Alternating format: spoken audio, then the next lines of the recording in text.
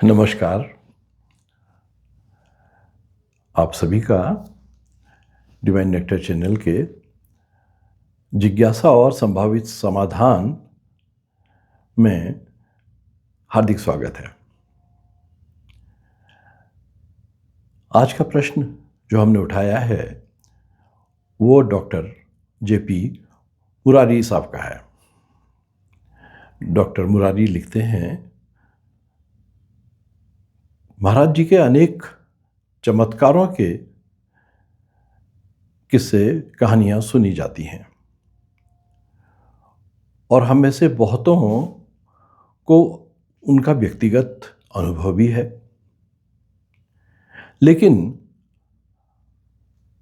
कर्म और प्रारब्ध के कष्ट तो जीवन में चलते ही हैं। क्या हनुमान चालीसा और सुंदरकांड के नियमित पाठ से ये कष्ट समाप्त हो सकते हैं? और इसके अलावा क्या महाराज जी के चमत्कार वास्तविक हैं या कोई मनोवैज्ञानिक प्रभाव? डॉक्टर मुरारी, मैं आपका अभिनंदन करता हूं, क्योंकि आपने जो प्रश्न पूछा है वह सभी के लिए जीवन में कभी ना कभी उठने वाला सवाल है। मैं मेहनत करता हूं, मुझे अपेक्षित परिणाम नहीं मिलते, मेरी दशा ऐसी ही क्यों रहती है, मैं संघर्ष ही क्यों करता रहता हूं?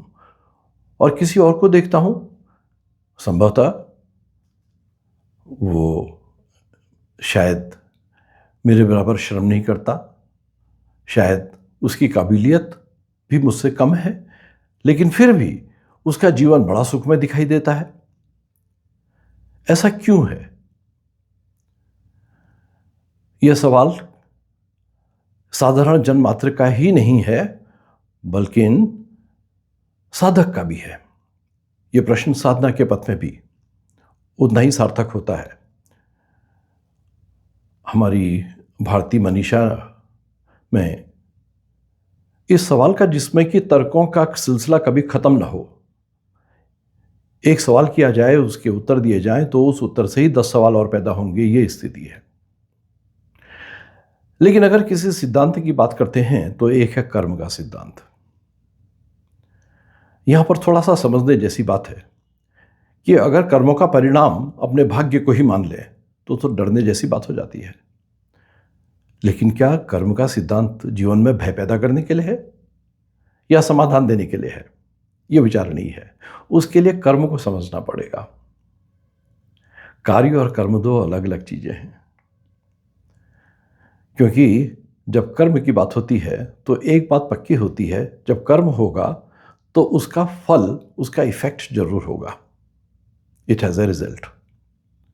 ठीक वैसे ही जैसे लॉ ऑफ मोशन है, आप बल लगाएंगे तो गति होगी, और वो गति के भी कोई नियम है। कर्म का क्या सिद्धांत हो सकता है? कर्म का सिद्धांत यही है कि आप कर्म करेंगे तो फल तो जरूर होगा ही होगा। शास्त्र में कहा जाता है, अवश्यमेव भोक्तव्यम कृतं कर्म शुभाशुभम। अवश्य में भुगतने पड़ेंगे हमारे द्वारा किए गए कर्म, कार्य नहीं। कार्य और कर्म में, दोनों में अंतर पड़ जाता है। कर्म क्योंकि कर्म जो होता है मनसा वाचा कर्मणा, तीनों होते हैं। आप सोचते हैं और आप बोलते हैं और आप करते हैं हाथ से। इनकी संगति है कि जिसमें सोच समझ के आपने किया, शुभ किया, अशुभ किया, धर्म पूर्ण काम किया, अधर्म पूर्ण काम किया, सेवा करी या हिंसा करी, यह आपके सोच का मिश्रण है आपके शरीर के कर्म से। हाथ तो उसमें केवल हाथ से किए गए कर्म को ही कर्म नहीं कहते। हिंसा और धर्म दोनों विचारों से भी हो सकती है, वाचा से भी, वाणी से भी हो सकती है। इनका संतुलन, इसी को विवेक कहते हैं। कर्म के प्रति यदि विवेक हो तो, क्योंकि कर्म से कर्म का प्रभाव इकट्ठा होना है, इसे कर्माशय कहते हैं। ठीक वैसे ही कि आप कुछ भी करें उसके परिणाम इकट्ठा होते जाएंगे। कर्म दरअसल, आपने प्रारब्ध की बात करी है, प्रारब्ध का बीज है। और अगर परिभाषा के दृष्टिकोण से देखें उसको, तो कर्म का जो इकट्ठा होना है वो कर्माशय कहलाता है। फिर उसके दो हिस्से हो जाते हैं। जो संचित कर्म है, उस संचित कर्म में से एक हिस्सा आपके साथ, आपके जन्म के साथ चला आता है। चाणक्य का एक सूत्र है, वो कहते हैं कि जब गर्भ में बालक होता है तभी उसकी आयु, शिक्षा, वित्त, भाग्य सब तय हो जाते हैं। वही प्रारब्ध है। दरअसल प्रारब्ध को हम लेके चलते हैं हमारे जीवन के लिए, हमारे जन्म के लिए, हमारे माता पिता के लिए, जन्म स्थान के लिए। और जीवन कैसा चलेगा, सुख और दुख, बड़े तो सुख और दुख, यानी छोटी मोटी चीज़ नहीं। अब पैर में चोट लग गई तो वो भाग्य का हिस्सा हो गया, ऐसा नहीं है। जिनका कोई बड़ा प्रभाव हो मनस पर और आपके जीवन पर। छोटे मोटे तो जीवन में लहरें हैं, लेकिन कुछ सुनामी भी होती हैं जो परिवर्तन लाती हैं व्यापक। वो टर्निंग पॉइंट बनती है जीवन में, चाहे सुख की हो चाहे दुख की हो। इसको भाग्य कहते हैं। उसके लिए अधिक कुछ नहीं किया जा सकता है। लेकिन शास्त्र एक जगह और भी कहता है भावी मेट सकहि त्रिपुरारी। त्रिपुरारी यानी शिव जी का एक नाम है, जिन्होंने त्रिपुरासुर का वध किया। ये त्रिपुर कौन है? दरअसल हमारे लोभ, हमारा मोह और हमारा अहंकार, इनका नाश किया, यानी त्रिपुरासुर का नाश किया। और यही तो हमारे कर्मों को संचालित करते हैं। ये हमारे विचार बन जाते हैं। लोभ है, मोह है और हमारा अहंकार, ये तीनों मिलकर हमारे कर्म को संचालित करते हैं। इसी से निर्धारण होता है कि वो कर्म पाप कर्म है या वो कर्म पुण्य कर्म है। पुण्य कर्म है, सत्कर्म है, तो सद्भाग्य का निर्माण करेगा। और ठीक इसके विपरीत है तो दुर्भाग्य का निर्माण करेगा, उसको भोगना पड़ेगा। एक चीज और बच जाती उसके बाद कि कर्ता यज्ञ कर्म से अपने को अलग कर ले। कर्ता यदि अपने को अलग कर ले तो वो निष्काम कर्म है, उसका कर्म फल ही नहीं है, कर्म होगा। और दूसरा, उसको समर्पित कर दे, ईश्वर के नाम से कर रहा है। आप अपने माथत किसी व्यक्ति से कहते हैं कि तू ये कर दे, वो कर दे, वो केवल आपके आदेश की पूर्ति करने का साधन मात्र है, वो स्वयं के लिए कर्म नहीं कर रहा है। जब आप ईश्वर के लिए कर्म करने लग जाते हैं तो आपकी स्थिति ठीक वैसी होती है। उसके लिए वो जिम्मेदार नहीं है, उसको आदेश देने वाला ईश्वर। जब ईश्वर ही आदेश देने वाला होगा तो अच्छे और बुरे कर्म, धार्मिक और अधर्म, इसका सवाल नहीं होता। जो कुछ होगा अच्छा होगा, ईश्वरमय होगा, सदा सच्चिदानंद कहते हैं। जो सत होगा, चित्त को शांत करने वाला होगा और आनंदमय होगा। फिर एक और व्याख्या कि कर्म, विकर्म और अकर्म। कर्म वह है जो हम सोच समझ के कर रहे हैं। अब हमारी सोच कैसी है, हम उसका परिणाम को इतनी दूर तक, कितनी दूरदृष्टि से देख पा रहे हैं। क्योंकि सोच की बात है और सोच बुद्धि की बात है। और बुद्धि भी हमारे शरीर की और इंद्रियों की तरह उसकी सीमाएं हैं, सबकी हैं। इसके लिए सबके परिणाम अलग अलग होते हैं। क्योंकि कर्म में सब लिप्त हो रही है, इंद्रियां भी लिप्त हो रही हैं, बुद्धि भी लिप्त हो रही है, और सब सीमित है, उनकी सीमाएं हैं। आप बुद्धि को बढ़ा सकते हैं, बुद्धि को तेज कर सकते हैं, घटा सकते हैं, जैसा भी हो। वैसी इंद्रियां हैं, उनकी क्षमताएं हैं, कम ज़्यादा हो सकती हैं, होती ही हैं। अगर व्याधि न भी हो तो जरा से होती हैं, एजिंग से होती हैं। तो हमारे कर्म उससे प्रभावित होते हैं। अगर उसके प्रति जागरूकता है तो हमारा विवेक जागृत है, हम उसको बैलेंस करते हैं। यह है कर्म। और है एक विकर्म, ठीक इसका उल्टा, जो प्रेरित, जिसकी प्रेरणा ही केवल लोभ से हो रही है, क्रोध से हो रही है, अहंकार से हो रही है, मोह से हो रही है। मोह सकल भयाधीन कर मूला, इनते पुनि उपजे बहुसूला, काम वात कफ लोभ अपारा, क्रोध पित्त नित छाती झारा, प्रीति करें जो तीनों भाई, सन्निपात होए दुखदाई। कितनी अद्भुत बात लिखी है, देखिए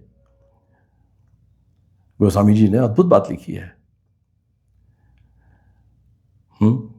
इनको, इन कर्म की शरीर को जो चलाने वाले कर्म है त्रिदोष, और प्रकृति को चलाने वाले जो है त्रिगुण, 17 स्तंभ, उनके साथ ले आके मिला दिया कि वो उसको प्रभावित करते हैं।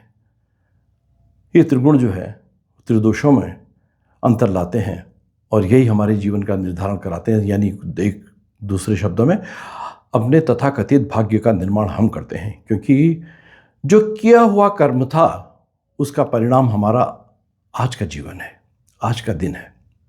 और आज जो हम कर रहे हैं वो हमारे आने वाले समय का भाग्य का निर्धारक है।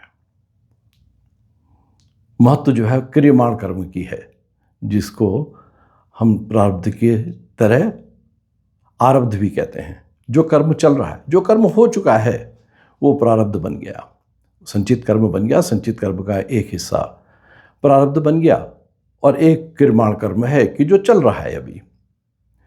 लेकिन एक अकर्म भी है, जैसे हनुमान जी कोई कर्म नहीं कर रहे हैं।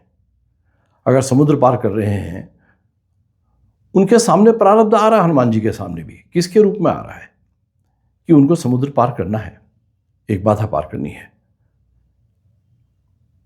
एक दूसरे छोर पर जाना है, दूसरे तट पर जाना है। लेकिन यूं ही नहीं चले जाएंगे, इम्तिहान देना पड़ेगा। सूरसा आएंगी, सिंहिका आएगी, लंकिनी रास्ता रोकेगी, लेकिन विवेक, बुद्धि और बल, तुम बल बुद्धि निधान, वो अपने लिए कुछ भी नहीं कर रहे हैं, वो राम जी की सेवा में कर रहे हैं। और भरोसा है कि जिसकी सेवा में हैं उसके बल से सब कुछ हो जाएगा, क्योंकि हनुमान जी ने तैर के समुद्र पार नहीं किया, न उनके लिए कोई नाव ढूंढी गई, एक छलांग में पार कर गए। वो छलांग थी विश्वास की छलांग, वो छलांग थी प्रेम की छलांग। जब प्रेम प्रचंड हो जाता है तो सचमुच ऐसी ही शक्ति का रूप ले लेता है। तब कौन सा भाग्य आड़े है, जब भाग्य विधाता ही साथ खड़ा है, जब भाग्य विधाता के साथ ही हाथ जुड़ा है, तब क्या करेगा? क्या वो विधि के नियम को तोड़ देगा, प्रारब्ध को मिटा देगा? ना, बिल्कुल नहीं। लेकिन उसका परिणाम जो होगा वो पीड़ा के बजाय साधना में बदल जाएगा। आप सहने की शक्ति बढ़ जाएगी, क्योंकि अगर कष्ट है जीवन में तो दो चीज़ों से है। एक तो कष्ट जितना भी उसका क्वांटम है, जितनी भी उसकी मात्रा है, और दूसरा आपकी उसको सहने की शक्ति कितनी है।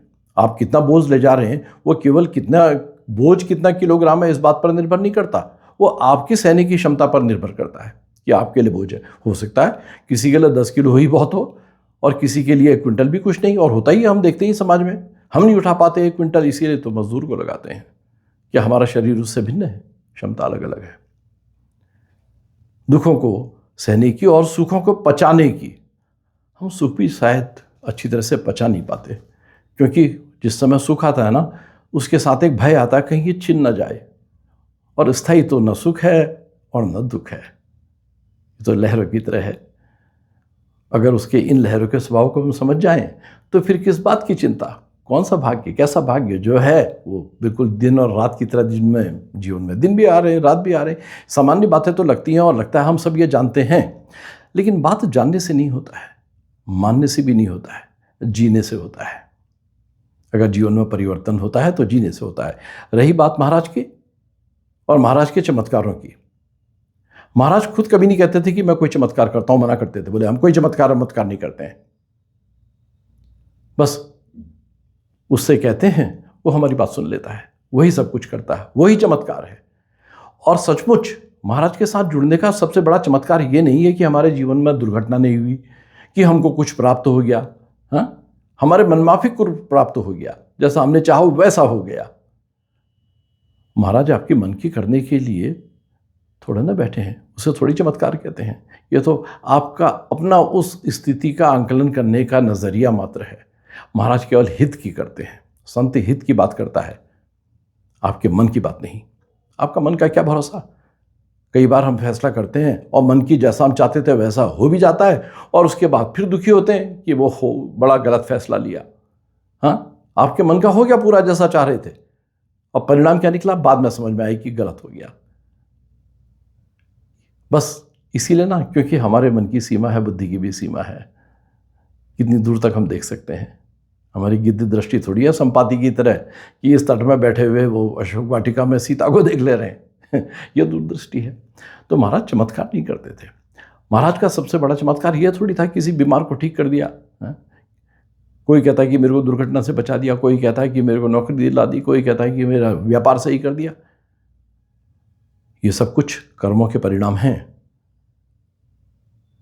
वो आपके कर्म से ही प्राप्त होते हैं। ये थोड़े ना कि आप चुपचाप बैठे रहे तो व्यापार संभल गया, आपने इम्तिहान ही नहीं दिया और पास हो गए। ऐसा कोई चमत्कार नहीं होता। और महाराज ऐसी चीज करेंगे भी नहीं जो प्रकृति के नियम के विरुद्ध हो जाए। हाँ, जो चीज वो करते हैं वो आपकी आस्था और भक्ति का परिणाम होता है कि गुरु के चरण आपके आचरण को बदल देते हैं। आचरण जहां बदला तो आपका दृष्टिकोण बदला, दृष्टि बदली तो सृष्टि भी बदली। जो सृष्टि पहले दुख में दिखाई दे रही थी, हाँ, वो सहज दिखाई देने लग जाती है। वैविध्य है उसका, विविधता है उसकी, और स्वीकार है। क्योंकि अगर रोशनी के बीच में छाया न हो तो दृश्य क्या दिखाई देगा? जो कुछ आप देख रहे हैं केवल शैडो और लाइट का ही तो खेल है, केवल शैडो और लाइट का। दोनों ही स्वीकार है। एक को भी हटा दो तो दूसरे का अस्तित्व खत्म। अब पूरा अंधेरा कर दो, पूरा उजाला कर दो, बात ही खत्म। तो महाराज का सबसे बड़ा चमत्कार हृदय परिवर्तन है कि आप जिस पीड़ा से व्याकुल हो रहे हैं उसके स्वभाव को जिस समय समझ में आ गए, अगर आप उसके लिए उत्तरदायित्व हैं तो उसको आपने स्वीकारा, नहीं है तो प्रतीक्षा करी। यही उपासना है, यही पूजा है। और बात रही उत्तरकांड, सुंदरकांड पढ़ने की और हनुमान चालीसा पढ़ने की, क्या इनसे, इनके नियमित पाठ से जीवन के कष्ट खत्म हो सकते हैं? ये तो एक किस्म का व्यापारिक प्रपोजल जैसा हो गया कि इतने पाठ कर लिया अब तो ठीक हो जाने चाहिए। सवाल यह है कि कितने पाठ आपने कर लिए, और उन पाठों का अगर किसी, कहते हैं ना, रस्सी के आते जाते चट्टान में निशान पड़ जाता है, कुएं के लिए कहते हैं, बाल्टी ऊपर नीचे जाती है, कुएं में निशान पड़ जाता है। वो निशान आप पर कितने पड़े हैं उसके? वो पढ़ना थोड़े ना था, समझना था।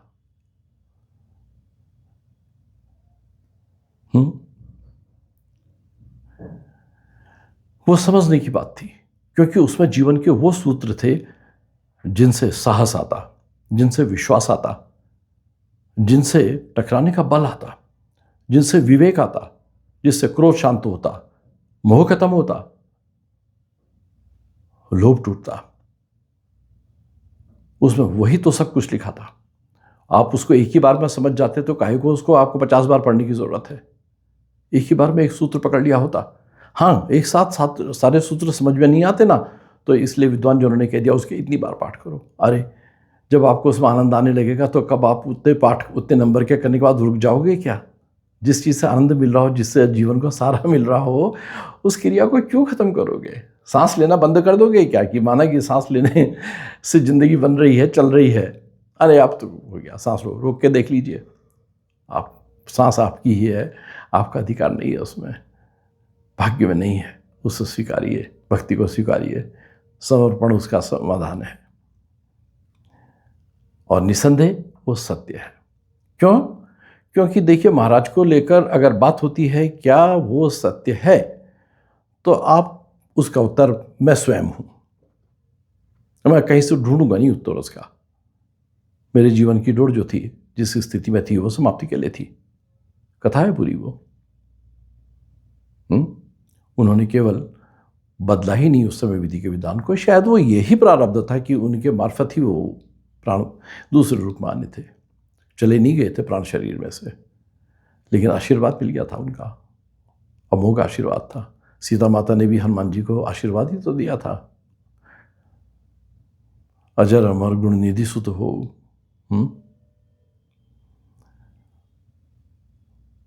तो चमत्कार जीवन में होते हैं, और कृपा कृपालु पर निर्भर करती है आपकी। आप उसके लिए क्वालिफाई करते हैं इस बात पर नहीं, वही जानता है क्या देख के वो कृपा करता है। अहेतुक होती है कृपा, उसका हेतु जिस पर हो रही उसको पता नहीं होता। हम समझते हैं कुछ ऐसा करने से हम कृपा पात्र बन जाते हैं।